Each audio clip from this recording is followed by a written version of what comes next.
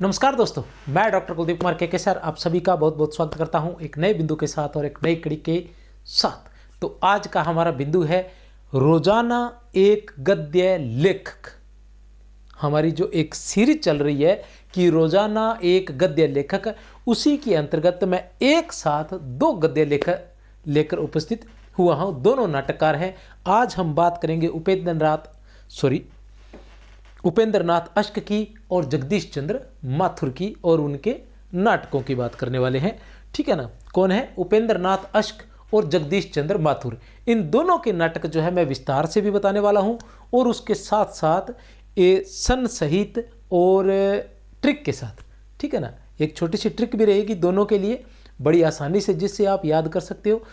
उपेंद्र नाथ अश्क और जगदीश चंद्र माथुर दोनों के दोनों नाटककार हैं, बहुत ही महत्वपूर्ण नाटककार है। दोनों की रचनाएं भी बहुत महत्वपूर्ण रहती है। उपेंद्र नाथ अश्क के जो नाटक है उनकी संख्या थोड़ी ज़्यादा है, तो उनको याद करना थोड़ा मुश्किल रहता है। मैं यहाँ प्रयास करूँगा कि आपको आसानी से याद करवा दिया जाए। जगदीश चंद्र माथुर की एक बहुत ही शानदार सी ट्रिक है, जिसके माध्यम से आपको बड़ी ही आसानी से याद हो जाएगा। एक बार याद करने के बाद आप फिर से कभी नहीं भूलोगे। देखते हैं उपेंद्र नाथ अश्क। अपनी तरफ से पूरा प्रयास कर रहा हूं कि आपको अधिक से अधिक मतलब आपकी सहायता कर सकूं अधिक से अधिक। तो ये सारी चीज़ें देखते हैं। उपेंद्र नाथ अश्क की हम बात करते हैं, तो पहले इनके नाटकों की ट्रिक देखने से पहले इनके नाटक जो है वो देख लेते हैं पहले, फिर इसकी हमें ट्रिक बताने का प्रयास करूंगा। उपेंद्र नाथ अश्क के नाटक की बात करते हैं तो सबसे पहले आता है जय पराजय। सबसे पहले आता है। इससे पहले कि मैं कुछ लिखूं उससे पहले आप चाहें तो स्क्रीनशॉट ले सकते हैं। उपेंद्र नाथ अश्क के नाटक जो है सन सहित आपके सामने है। ठीक है ना। अब मैं चलता हूं। उपेंद्र नाथ अश्क का जो प्रथम नाटक है वो है जय पराजय। क्या है? जय पराजय, जो 1937 ईस्वी में आया था। 1937 ईस्वी में प्रकाशित है जय पराजय। उसके बाद 1939 ईस्वी में स्वर्ग की झलक, 1940 ईस्वी में छठा बेटा, 1945 ईस्वी में कैद और उड़ान, 1950 ईस्वी में भंवर, 1952 ईस्वी में पैंतरे, 1953 ईस्वी में अलग अलग रास्ते, 1954 ईस्वी में अंजो दीदी। देख लें एक बार फिर से। अंजो दीदी जो है वो बहुत ही महत्वपूर्ण है। कब आया था? 1954 ईस्वी में। 1954 ईस्वी में ही धर्मवीर भारती का अंधा युग नाटक आया था, जिसे गीति नाट्य कहा जाता है। 1954 ईस्वी में अंजो दीदी बहुत ही महत्वपूर्ण है। 1937 ईस्वी में जय पराजय, जो इनका प्रथम नाटक है। जब भी कोई चीज याद करो ना, तो उसको धीरे धीरे टुकड़ों टुकड़ों में सरल से कठिन की ओर याद करने का प्रयास करें तो आसानी से याद हो जाता है। जैसे मैंने एक तरीका ढूंढा है कि रोजाना एक गद्य लेखक आपको करवा दिया जाए, तो आपको क्या करना है कि रोज एक, जो मैं करवा रहा हूं उसको ही करना है और कुछ नहीं करना। लेकिन जब आप अंत में पहुंचोगे तो आपको क्या पता चलेगा कि गद्य लेखक जो नाटक है, उपन्यास है, इधर से आप भक्तिकाल पढ़ रहे हो लगातार साथ में। भक्तिकाल के बाद आपका रीतिकाल आएगा, उसके बाद आधुनिक काल आएगा। आधुनिक काल आने के बाद जैसे ही आप गद्य विधाओं की तरफ जाओगे और वहाँ पढ़ने बैठोगे, तब आप, अगर आपने मुझे फॉलो नहीं किया है, ठीक है ना, जिस तरह से मैं पढ़ा रहा हूँ उस तरह से नहीं पढ़ा है, तो वहाँ जाते ही आप देखोगे कि इतने बहुत बड़ी संख्या में नाटककार और उनके बहुत बड़ी संख्या में नाटक, बहुत बड़ी संख्या में उपन्यासकार और बहुत बड़ी संख्या में उपन्यास, कहानियाँ, रेखाचित्र, संस्मरण, निबंध, आलोचनाएँ, रिपोर्टाज, ये सारी चीज़ें वहाँ आपको मिलेंगी। लेकिन मेरे साथ आप चलोगे तो जब आप अंत में पहुंचोगे तो आप वहां जाकर देखोगे तो आपको लगेगा कि मुख्य नाटककार सभी कर लिए हैं आपने, उपन्यासकार भी सभी आपके हो गए हैं, कहानीकार भी सभी हो गए हैं, और आपको याद भी है ट्रिक सहित। तो इस तरह से धीरे धीरे सरल से कठिन की ओर। और इसमें भी एक तरीका है कि जैसे प्रथम आपको हमेशा याद होना चाहिए कि उपेंद्र नाथ का अश्क का प्रथम नाटक जो है वो कौन सा है? वो है जय पराजय। कौन सा है प्यारे बच्चों? वो नाटक है जय पराजय, जिसका प्रकाशन कब हुआ था? 1937 ईस्वी में। अब इसका जो अंतिम नाटक है वो कौन सा है? लौटता हुआ दिन। उपेंद्र नाथ अश्क जी का जो अंतिम नाटक है, अंतिम नाटक है वो कौन सा है? लौटता हुआ दिन। कब हुआ था? 1972 ईस्वी में। कब हुआ था? 1972 ईस्वी में। दो नाटक याद हो गए, प्रथम और अंतिम हमेशा याद होना चाहिए। अब एक अंजो दीदी जो है वो बहुत महत्वपूर्ण है, तो कब है? 1954 ईस्वी में। कब है? 1954 ईस्वी में। ठीक है ना। अब ये जो तीन नाटक है ये आपको याद करने हैं। ठीक है ना। बाकी आप एक बार देख लीजिए, याद रह जाता है, कोई समस्या नहीं। 1954 ईस्वी में आदर्श और यथार्थ। 1954 ईस्वी में अंधी गली। अब देखो 1954 में 3 नाटक आ गए, क्योंकि अंजो दीदी आपको याद करना है। 1954 ईस्वी में कौन सा है? अंजो दीदी है। अंजो दीदी से पहले कौन सा है? अलग अलग रास्ते है। अलग अलग रास्ते, अंजो दीदी, आदर्श और यथार्थ और अंधी गली, और फिर आदि मार्ग। अब यहां इनको कैसे याद कर सकते हो, ये भी मैं आपको बता दूं कि 1953, 1954, फिर 1954, फिर 1954, ठीक है ना, और फिर 1961, यहां तक आप याद कर सकते हो। कैसे याद कर सकते हो? अलग अलग रास्ते, ऐसे अलग अलग रास्ते, ऐसे अंजो दीदी, ऐसे आदर्श और यथार्थ, ऐसे अंधी गली, ऐसे आदि मार्ग। आप और किसी में देख लो, ए का प्रयोग नहीं हुआ है। जय पराजय है, स्वर्ग की झलक है, छठा बेटा है, कैद और उड़ान है, भंवर है, पैंतरे है, लेकिन ए का प्रयोग कहीं नहीं हुआ है। तो इस तरह से आप देख सकते हो कि 1953 ईस्वी से आप कहानी शुरू करोगे। 1953, फिर 3 बार 54, 54, 54, 54 और फिर 61, ठीक है ना। क्या है? अलग अलग रास्ते, अंजो दीदी, आदर्श और यथार्थ, अंधी गली और आदि मार्ग। अंधी गली और आदि मार्ग। उसके बाद अंतिम कौन सा है? लौटता हुआ दिन। कब है? 1972 ईस्वी में। कब है? 1972 ईस्वी में। अब जब अंतिम याद कर रहे हो तो उसके साथ वाला थोड़ा सा पहले वाला भी कर लो। कौन सा है? बड़े खिलाड़ी। कौन सा है? बड़े खिलाड़ी, जिसकी रचना कब हुई थी? 1967 ईस्वी में। इस तरह से आप ये उपेंद्र नाथ अश्क के नाटक कर सकते हैं। ये तो रही सन की बात। अब अगर हम बात करें ट्रिक की, तो एक ट्रिक है जिसमें थोड़ा सा सन के साथ सेटिंग नहीं हो पाई है, तो बिना सन की ये ठीक है ना, ट्रिक जरूर है कि उपेंद्र नाथ अश्क का छठा बेटा क्या है? उपेंद्र नाथ अश्क का छठा बेटा अंजो दीदी को स्वर्ग की झलक दिखलाकर अलग अलग रास्ते से, ठीक है ना। उपेंद्र नाथ अश्क का, एक मिनट बेटा,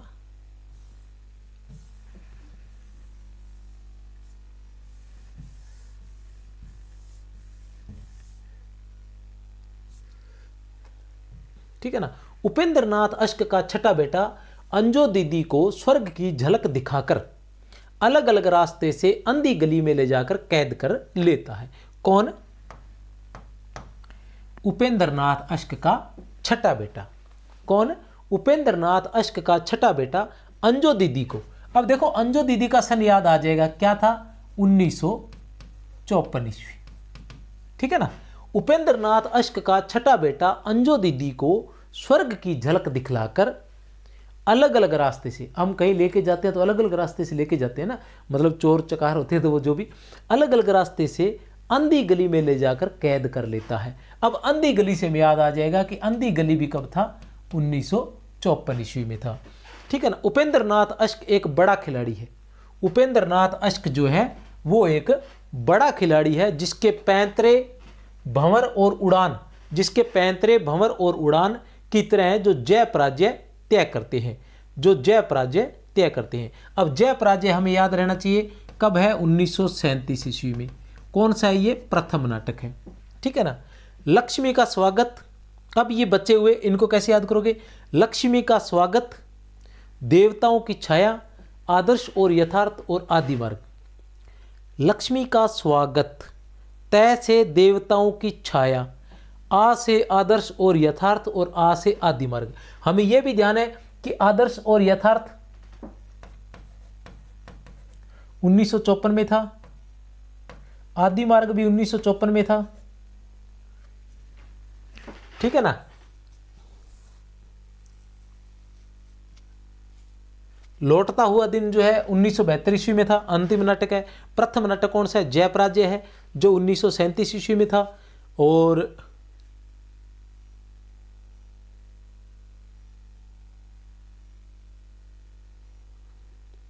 ठीक है, एक बार फिर से बता दूं कि लक्ष्मी का स्वागत, तय से, तय या दय जो एक ही क्रम में होता है। लक्ष्मी का स्वागत, देवताओं की छाया, छाया, आ से आदर्श और यथार्थ और आदि मार्ग। इस तरह से उपेंद्र नाथ अश्क का छठा बेटा अंजो दीदी को स्वर्ग की झलक दिखलाकर, उपेंद्र नाथ अश्क का छठा बेटा अंजो दीदी को स्वर्ग की झलक दिखलाकर अलग अलग रास्ते से, कहाँ?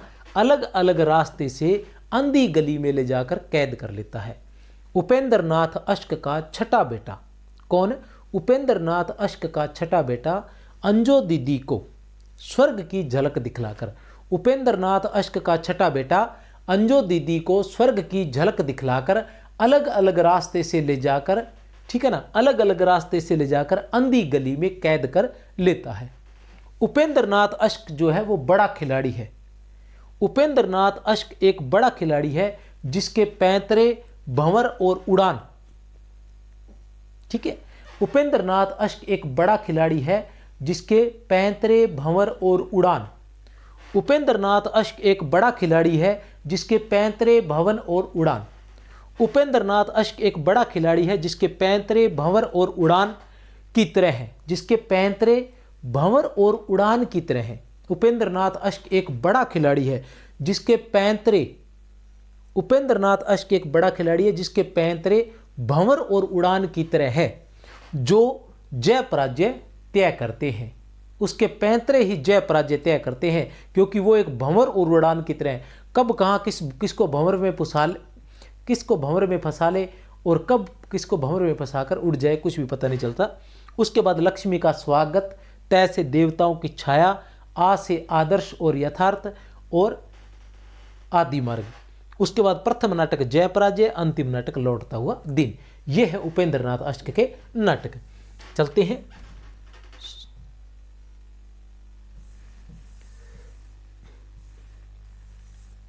फिर आता है जगदीश चंद्र माथुर। जगदीश चंद्र माथुर की बात करते हैं। उपेंद्र नाथ अश्क के बारे में कुछ और चीजें बता देना चाहता हूं कि जय पराजय जो इनका नाटक है, सॉरी, ठीक है ना,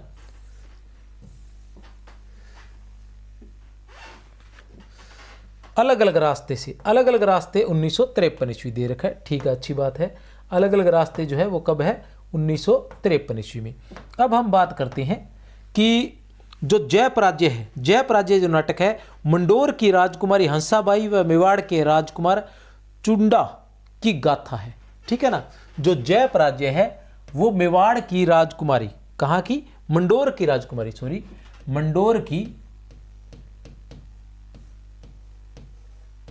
राजकुमारी, मंडोर की राजकुमारी, क्या नाम था उसका, हंसाबाई, ठीक है जी। जीके में आप पढ़ते हैं हंसा बाई, ठीक है ना। और मेवाड़ के राजकुमार, मेवाड़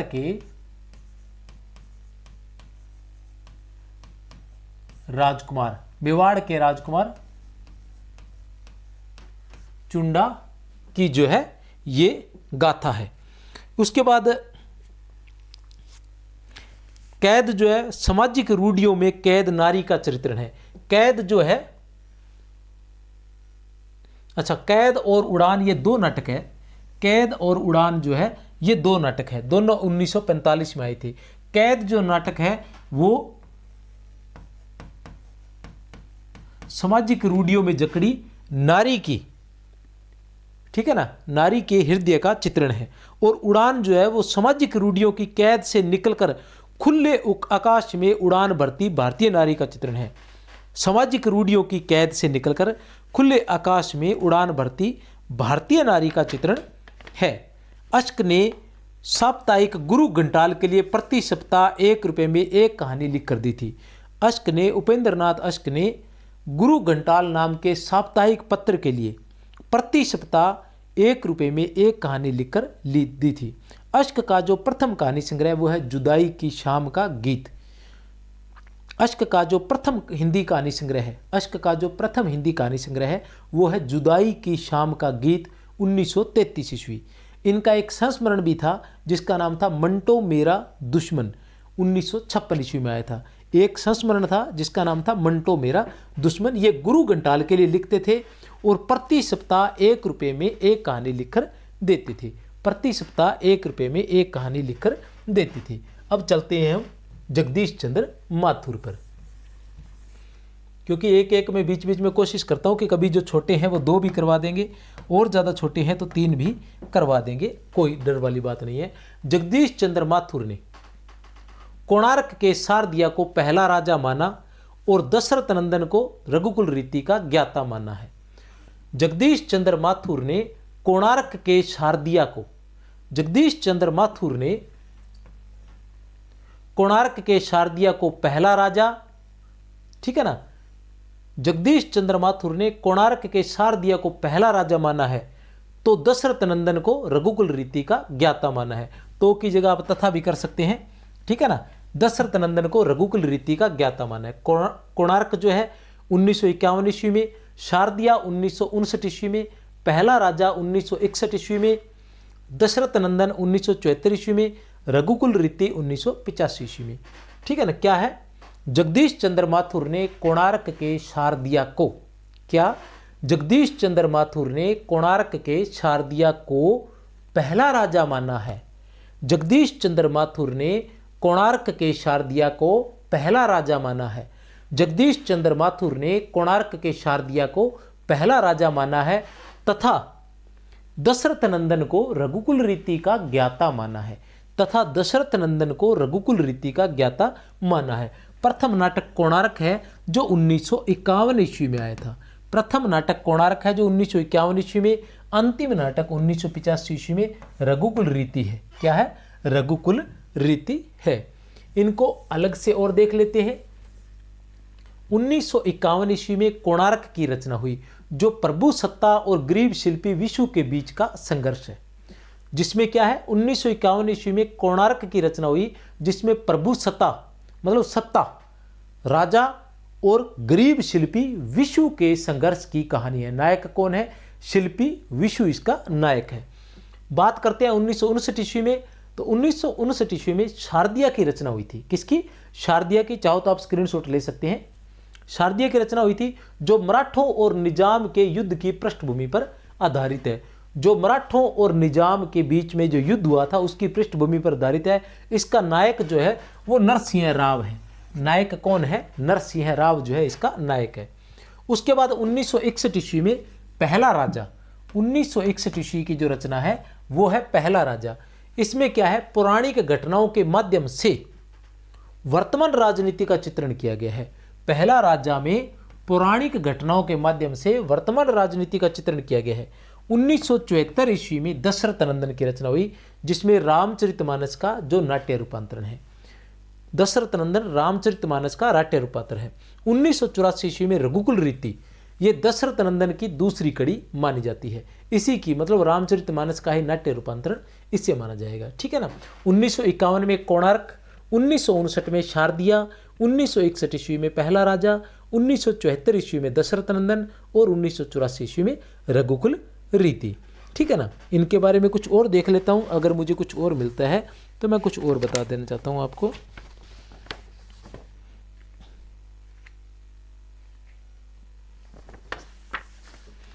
ठीक है जी। और इसी के साथ ये जो क्रम है ये लगातार चलता रहेगा।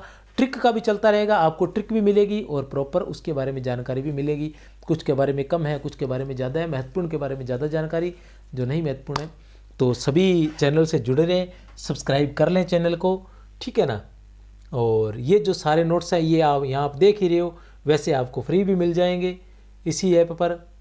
तो लगातार इससे जुड़े रहें और शेयर अवश्य करें, क्योंकि शेयर करेंगे तो उससे क्या होता है, थोड़ा हौसला मिल जाता है, थोड़ी ताकत आ जाती है शरीर में और उससे और अधिक ऊर्जा आती है और अधिक वीडियो बनाने का मन करता है।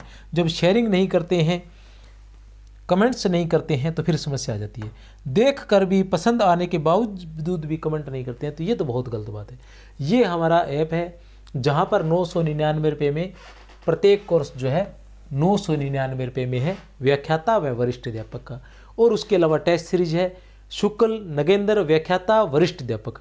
शुक्ल के 50 टेस्ट, नगेंद्र के 50, व्याख्याता के 100 और वरिष्ठ अध्यापक के 100, और सभी प्रत्येक टेस्ट जो है केवल 100 रुपये में है। तो बहुत अधिक लाभदायक होंगे। वीडियो टेस्ट है, वीडियो उपलब्ध होंगे यहाँ पर, उन वीडियो को आप क्रम से देख सकते हैं। अलग अलग जगह अलग अलग तरीके से पूरा का पूरा पाठ्यक्रम है वरिष्ठ अध्यापक और व्याख्याता का, वीडियो के माध्यम से सारांश दिया गया है, ठीक है। इसी के साथ आप सभी को मेरी तरफ से बहुत बहुत शुभकामनाएं। जय हिंद, जय भारत। रोज़ शाम को 6 बजे, और गद्य विधाओं की क्लास कभी आ जाए इसका कुछ भी पता नहीं है। दिन में 1 या 2 बार आ जाती है क्लास, से गद्य की आती रहेगी रेगुलर, ठीक है ना। इसी तरह से तैयारी चलती रहेगी। अपनी तरफ से पूरे प्रयास करता रहूँगा। जय हिंद।